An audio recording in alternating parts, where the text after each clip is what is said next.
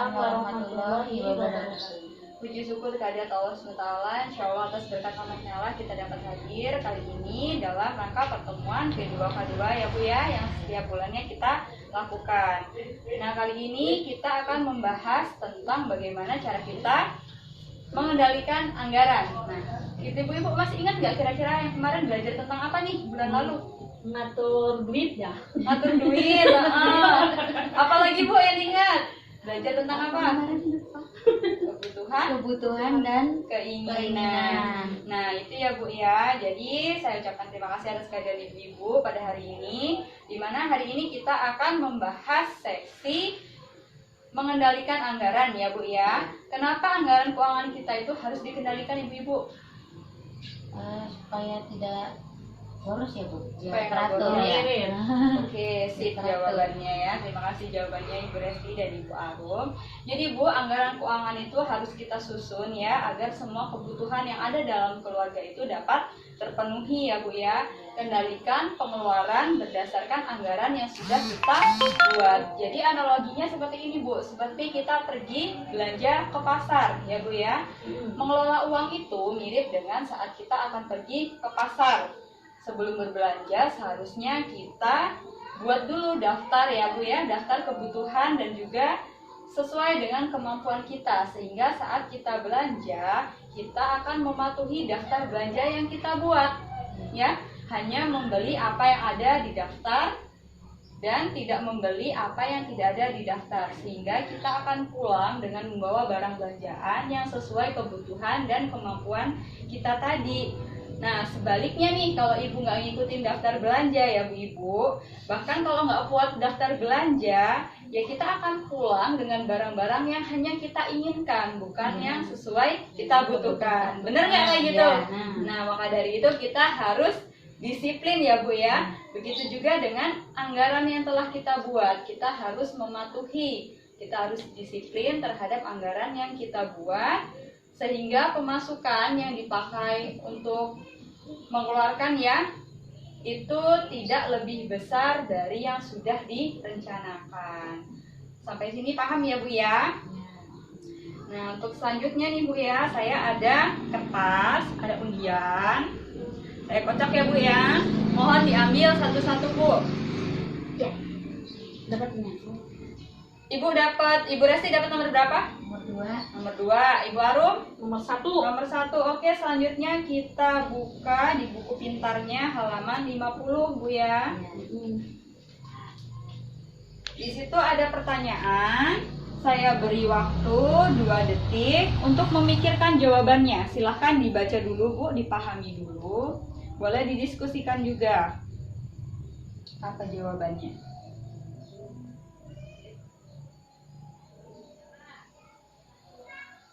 Sudah ya? Oke, saya mulai dari nomor 1. Siapa yang dapat nomor 1 tadi? Saya Bu. Ibu Arum, boleh dibacakan pertanyaannya, kemudian jawabannya apa? Ibu Lili harus membayar listrik siang ini pagi harinya. Habis menangis minta tambahan uang jajan untuk membeli mobil-mobilan baru seperti yang dimiliki teman-temannya. Apa yang harus Ibu Lili lakukan?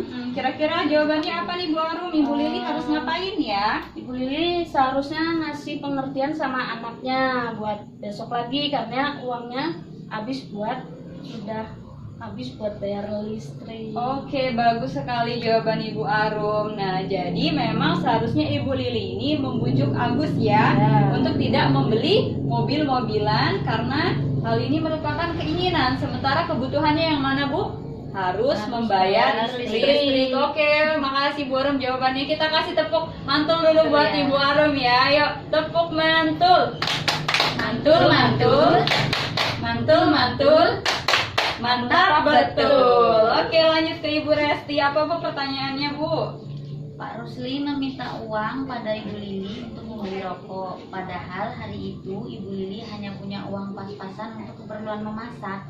Apakah yang harus Ibu Lili lakukan? Ya, apa Bu kira-kira yang harus Ibu Lili lakukan? Kalau menurut saya Ibu Lili harus merayu Bapak juga nih. Tadinya beli rokok sebungkus, ya beli eceran dulu lah, batangan itu. Terima kasih jawabannya Ibu Resti. Resti ya. Iya. Nah, jadi untuk kasus nomor 2 nih, kita harus kembalikan lagi juga ke konsep yang awal, yaitu membuat anggaran. Nah, di sini Bu Lili kan sudah membuat anggaran ya, ketika uangnya pas-pasan, tapi Pak Rusli ingin membeli rokok. Rokok itu kebutuhan atau keinginan? Keinginan ya. Jadi di sini memang harusnya Ibu Lili memberikan pengertian kepada Pak Rusli bahwa rokoknya itu harus ditunda untuk memenuhi kebutuhan sehari-hari, karena uang tadi tidak dianggarkan ya. Rokok tadi sudah dianggarkan 1 minggu. Jadi kalau jatahnya dalam 1 minggu itu sudah berkurang ya tidak bisa ditambah lagi karena akan mengganggu pembiayaan yang lainnya. Itu ya Bu ya. Nah, kita juga harus mengendalikan pengeluaran ya Bu ya, harus dilakukan bersama-sama seluruh anggota keluarga agar tujuan bersama dapat tercapai. Dan selanjutnya nih Bu ya, kita akan menyaksikan film. Nah, kita putar film yang berikut ini.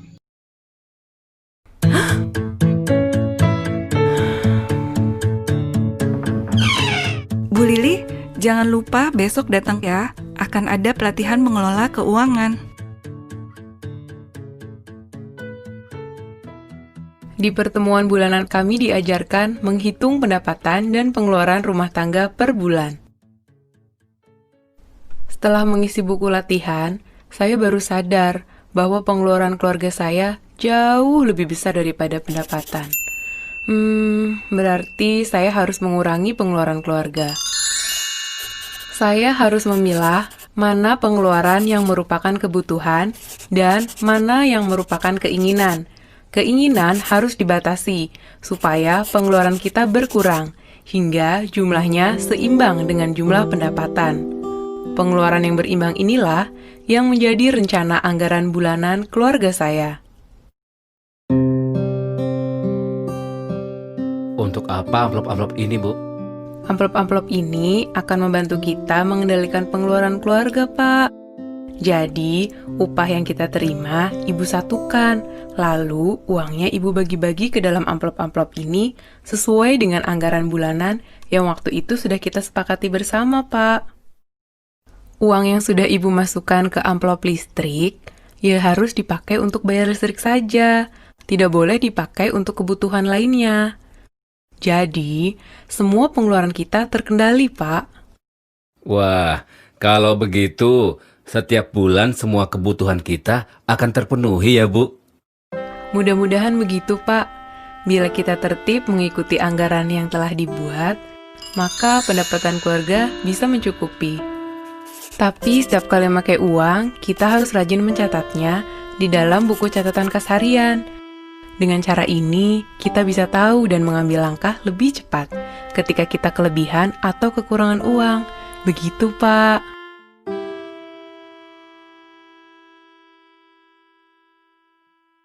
Tadi kita sudah menyaksikan film ya, film tentang Ibu Lili. Nah, dari film tadi kira-kira apa nih permasalahan yang dihadapi Ibu Lili? Bu Lilinya Nggak sadar baru sadar kalau selama ini dia lebih banyak pengeluaran daripada pendapatan. Jadi uangnya nggak cukup. Iya, nggak cukup. Kalau uang nggak cukup, Ya harus diatur dong. Iya, harus diatur dong. Ingat ya sama jargon kita di awal. Nah, kira-kira pesan apa sih yang bisa kita tangkap dari tadi film dari Bu Lili tadi? Pesannya apa nih yang harus kita terapkan? Rasanya lebih jangan terlalu jangan terlalu menuruti keinginan daripada kebutuhan. Harus mengutamakan kebutuhan daripada keinginan. Terima kasih. Bu Arum mau menambahkan? Sudah Cukup ya. Oke, jadi apa sih yang harus diatasi? Apa sih yang harus dilakukan Ibu Lili untuk mengatasi masalah tadi yang di film? Harus membuat semacam kayak tabungan. dipilah-pilah sendiri-sendiri, uang listrik sendiri. Iya. Dipisah-pisah. Amplop-amplop ya, Bu ya. Amplop, semacam amplop itu. Jadi pesan penting kita dari film yang dapat kita ambil tadi yaitu harus mengendalikan anggaran ya Bu ya, agar pengeluarannya tidak lebih besar dari pemasukan atau paling tidak berimbang ya. Nah, ada dua cara nih Bu untuk mengendalikan pengeluaran. Yang pertama kita bisa menggunakan sistem amplop ya, seperti yang tadi ada di film. Nah, sistem amplop ini caranya dengan bagaimana Bu? Uangnya dimasukkan ke dalam amplop-amplop kebutuhan ya Bu ya. Kemudian cara yang kedua yaitu dengan membuat catatan kas harian. Nah, dari catatan tersebut kita harus prioritaskan nih mana yang harus dibayarkan terlebih dahulu. Catatan kas harian ini lebih cocok diterapkan bagi kita yang pendapatannya tidak tetap. Kalau yang sistem amplop tadi, kalau yang gajinya bulanan ya Bu ya, langsung bisa kita ambil, masukkan ke amplop untuk membiayai kebutuhan. Nah, setelah nanti di akhir minggu atau akhir bulan, kita harus mengecek saldonya secara berkala. Apakah pemasukan yang sudah kita dapat lebih besar atau lebih kecil daripada pengeluaran. Itu ya Bu ya. Nah, oke, selanjutnya kita masuk ke lembar cerita 1C ya Bu ya. Kita akan belajar bagaimana sih mencatat kas harian. Silakan dibuka Bu halaman 51. Sudah ya Bu ya. Nah, di contohnya boleh dibacakan satu saja Ibu Resti, tanggal 3 Februari 2019. 3 Februari 2013. Iya. Ibu Lili menerima upahnya bekerja di sawah sebesar 15.000. Pulangnya dari sawah, ia membeli bahan makanan di pasar sebesar 10.000. Sisanya ia berikan kepada Dewi untuk ditabungkan di sekolah sebesar 5.000. Oke, terima kasih. Nah Bu ya, itu ada lembar cerita di mana ada pos-posnya, tanggal, kemudian pendapatan dan pengeluaran. Nah, di depan kita ini Bu, ini sudah ada namanya flip chart ya Bu ya, berisi catatan kas harian. Kalau di sini contohnya di bulan Februari ya Bu. Jadi dari tanggal tadi, misalnya kita contohkan untuk soal yang pertama, di tanggal 3, Ibu mendapatkan upah. Nah, kalau upah itu berarti pemasukan atau pengeluaran Bu? Pemasukan. Kita catat di pendapatan sebesar Rp15.000. Maka di sini sisa saldo kita sebanyak Rp15.000. Kemudian Ibu harus mengeluarkan uang untuk masak nih. Nah, kalau masak pengeluaran apa pendapatan Bu? Pengeluaran ya, kita catat di pos pengeluaran sebesar Rp10.000. Sisa saldo tadi kita kurangkan dengan pengeluaran, jadi tersisa Rp5.000.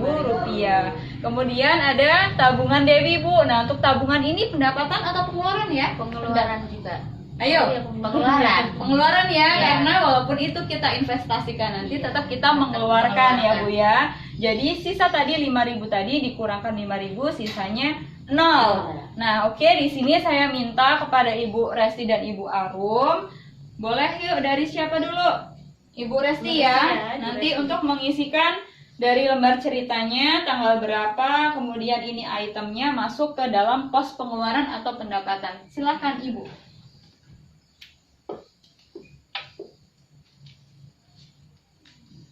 Tanggalnya dulu Ibu yang diisi.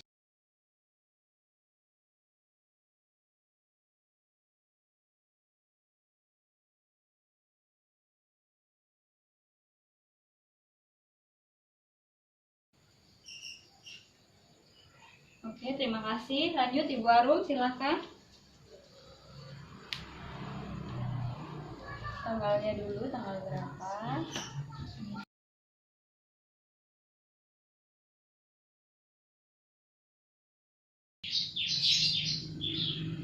Oke, silahkan duduk Ibu Arum. Terima kasih atas partisipasinya. Kita tepuk salut dulu ya buat Ibu Arum dan Ibu Rasti. Yuk, tepuk salut. Salut, salut. Salut, salut. Salut. Oke Bu ya, terima kasih. Ini kita sudah mengisi tadi ada pendapatan dan pengeluaran ya Bu ya. Sekarang kita total jumlah pendapatannya.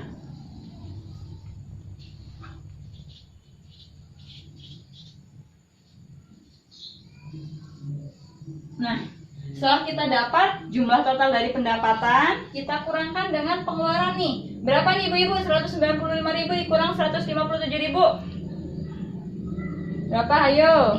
38.000. Nah, sekarang bisa kita lihat lebih besar mana pendapatan dengan pengeluaran? Pendapatan ya, lebih besar pendapatan. Kira-kira Bu Lili harus ngapain sih Bu dengan besarnya pendapatan ini setelah dikurangkan pengeluaran?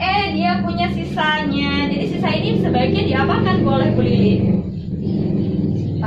disimpan juga lagi buat jaga-jaga keperluan mendadak. Iya, benar sekali. Jadi sisa uang yang ada sebaiknya digunakan untuk tabungan ataupun untuk kepentingan kita di lain waktu untuk bersiaga-jaga sifatnya ya Bu ya. Nah, catatan kas harian ini harus kita cek, ingat, secara berkala setiap minggu atau setiap bulannya agar pengeluaran kita terkontrol nih antara pendapatan dengan pengeluaran. Sampai sini ada yang mau ditanya Ibu-ibu?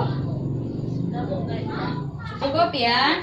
Oke, cukup. Nah, kalau begitu kita akhiri pelatihan kita hari ini ya, FDS kita hari ini.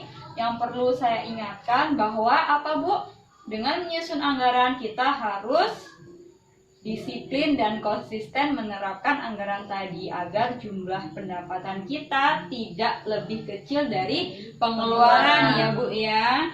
Nah, kemudian agar apa yang kita pelajari hari ini bermanfaat dan dirasakan manfaatnya tadi ya Bu ya, mohon diterapkan di rumah catatan kas harian ini. Nah, kemudian ibu-ibu ada nih di buku pintarnya, jadi mohon dipraktekkan di rumah ya Bu ya, ada di halaman 11 sampai 16. Boleh dilihat halaman 11. Nah, ini sudah ada kolom-kolomnya ya Bu ya. Jadi ini bisa Ibu terapkan di rumah, diisi sendiri sesuai dengan kondisi, keadaan, kebutuhan masing-masing. Ingat, kebutuhan harus diutamakan dibandingkan dengan keinginan. Nah, itu saja yang dapat saya sampaikan. Sampai bertemu lagi di sesi berikutnya. Sebelum saya tutup, saya mau nanya dulu nih Bu ya. Apakah ada ibu-ibu yang di sini yang pernah berutang? Pernah pastinya. Pernah ya. Nah, sesi berikutnya ya Bu ya, bulan Iya. depan kita akan mempelajari tentang bagaimana caranya menabung dan juga pinjaman yang efektif gitu ya Bu ya. Dan jangan lupa buku pintarnya kita bawa kembali untuk belajar kita di selanjutnya. Oke Bu, sebelum kita tutup ya, biar semangat lagi pulang ke rumah, kita tepuk P2K2 dulu ya. Yuk tepuk P2K2. Pertemuan, peningkatan, kemampuan keluarga. Oke, saya akhiri wabillahi taufiq wal hidayah. Wassalamualaikum warahmatullahi wabarakatuh.